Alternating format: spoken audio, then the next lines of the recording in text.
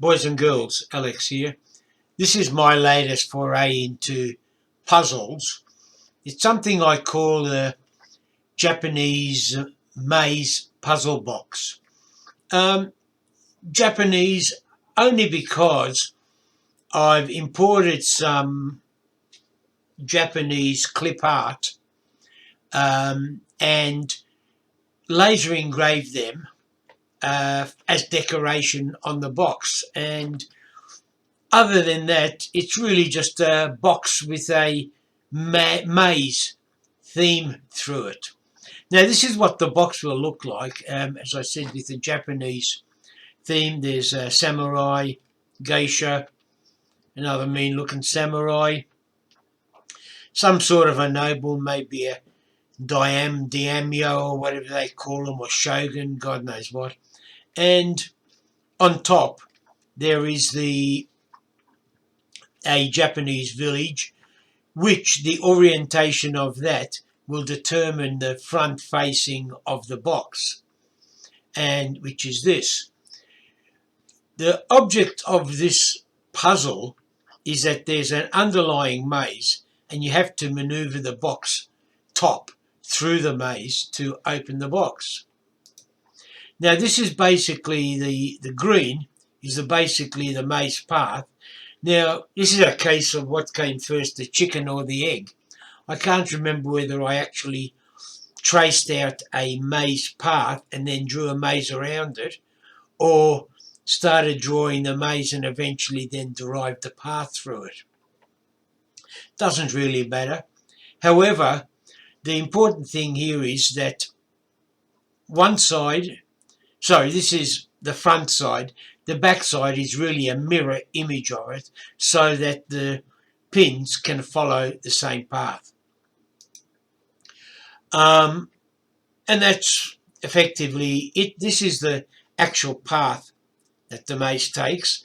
You might notice that there is a few twists and dead ends around there just to fool the person. It's not really what I'd classify as a super tough maze. Maybe I could have put a few more extra things in there and around there somewhere to confuse it a bit more, but maybe the next version. But anyway, that is the maze part. That will be the bottom, or the bottom part of what you could classify as the bottom part of the box. Then you've got the box runner. Well, I call the box runner. These are the front and the back of the box lid, with these little dowels, pins, that I call the runner, that will actually follow the maze or control your path through the maze. To actually decide on the size of the lid, in SketchUp, I drag the box as far to the right as this maze would permit the pin to travel. And once I've got that, I then basically measured, let's go this way, measured the distance from here to, the pin from there to there, gave it something like about a 1 or 2 mil gap between the inside tray or box and the outside, and that became the leftmost extremity of the box. As I said, it was taken as far as it'll go through in the maze to the right, and that basically gave me that position. As I said, measured that. I used the tape measure to there, and that gave me that particular position.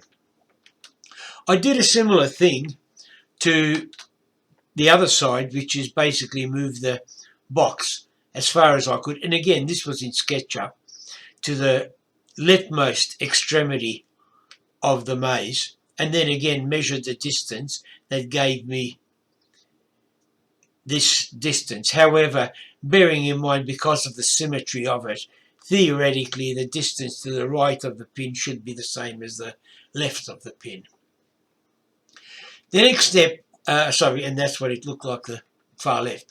I then broke up all the little components into their individual pieces and prepared it for laser. Now this is actually the camera perspective is parallel projection, which gives you that 2D image, and it's broken up into, that's what goes to the laser, the 3mm laser parts to be cut on the 3mm laser, and parts to be cut on the laser out of 6mm MDF.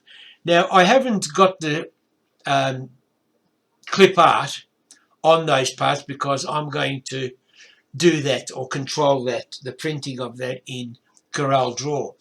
This was really just the images imported into SketchUp and used as materials to texture the sides of the box. What would then happen is this would be sent off to layout.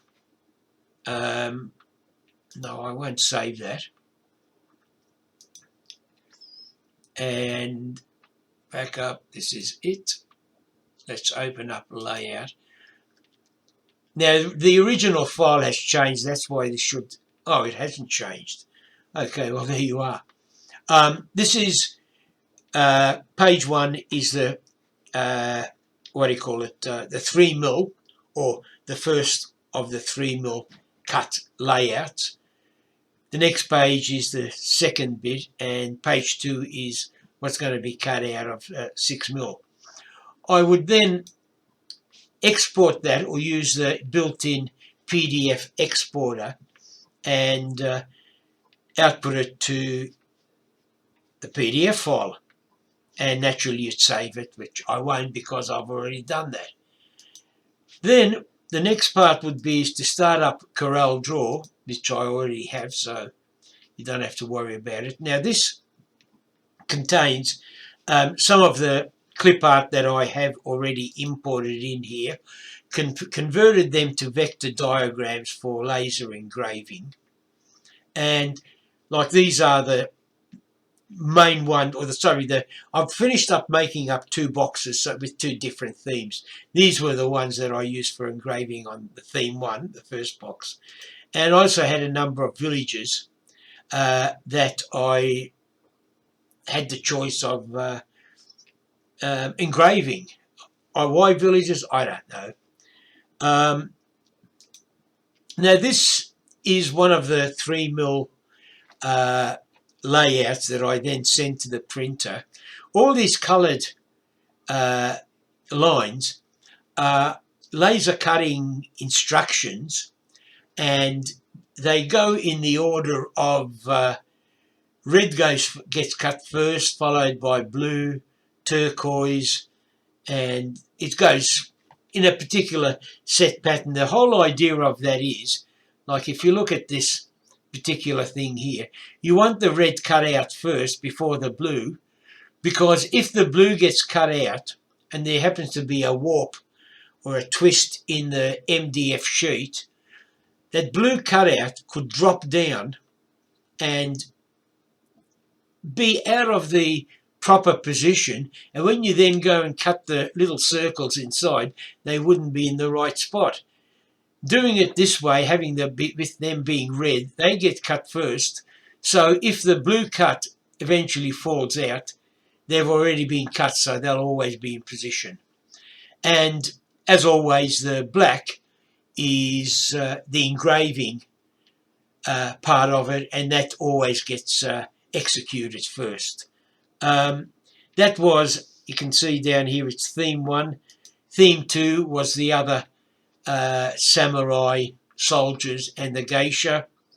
Oops, I'm zooming in. Let's go to the next one. That was the second 3mm MDF cut. This is theme 2. Oh, that is the 6mm MDF theme 1. And this is the 6mm MDF theme 2, which is more Ronin type of a samurai as opposed to a samurai soldier in leathers. What else can I say? Oh, pardon me. These are just the instructions. But effectively, for those that aren't familiar, and if you're interested, well, I'll now show you how I send it to the laser, and if you're not interested, well, sorry. The dimensions of this is 426 by 182. So I'll hit print on that. Up comes this printer, and naturally it's going to go to the Trotec engraver. I want to print the current page, and in the preferences I put in there 426 by 182, and then down there I say it's wood, it's 3mm MDF. The 2E1C means it's 2 passes for engraving, so it does 2 passes, so it'll double engrave, which gives it that depth, and 1C for 1 cut. Multi basically means that it's got multi colours, or multi sequence of colour cutting. What I would then do is hit enter, print. This would then pop up this little pop-up, which I'll say apply, which now brings up this Trotec engraver software. Now I've just uploaded that. Oops, wrong one. What am I doing? That's not what we wanted. Good God, what happened here? That's the one I wanted. That was something left over from before. This, by double click on that, that gives you an image of what's going to be laser cut. Oops, I didn't want that. Close that off. I better bring that thing back again. Job queue. That just tells you what's in the job queue. You get a preview. Now, because this is done in the office, not in the laser room, I would then go and file that and save it as whatever. Now, in the laser room, I would again load up this file, and what I would do is I'd initialize the laser. Once I've initialized it, I'd set the X and the Y axis and the height of the laser bed. Now, for 3mm MDF, the height is 49.69mm, and for 6mm MDF is 52.45. I've done enough cuts so I know that off by heart. I raise the bed, position the cursor to those positions. Once that's been initialized, this little connect type of thing turns into a print button. I click on that, and the laser then takes over and starts doing the work till it's finished. Then the next step is to actually take it off the laser and do whatever you want to do, assemble, glue up, put together, or whatever. So that's basically the routine I use for processing the software. Hopefully this will be followed up with a video of me trying to show you how I build the unit. However, I tell a lie there, because I've already made that video, and I know there were quite a few times where I just forgot to press the record button, so there are bits and pieces missing. But however, I think you'll get a general idea of what needs to be done. All right, boys and girls, that's it for now, and keep safe, and catch you in other videos on this same topic.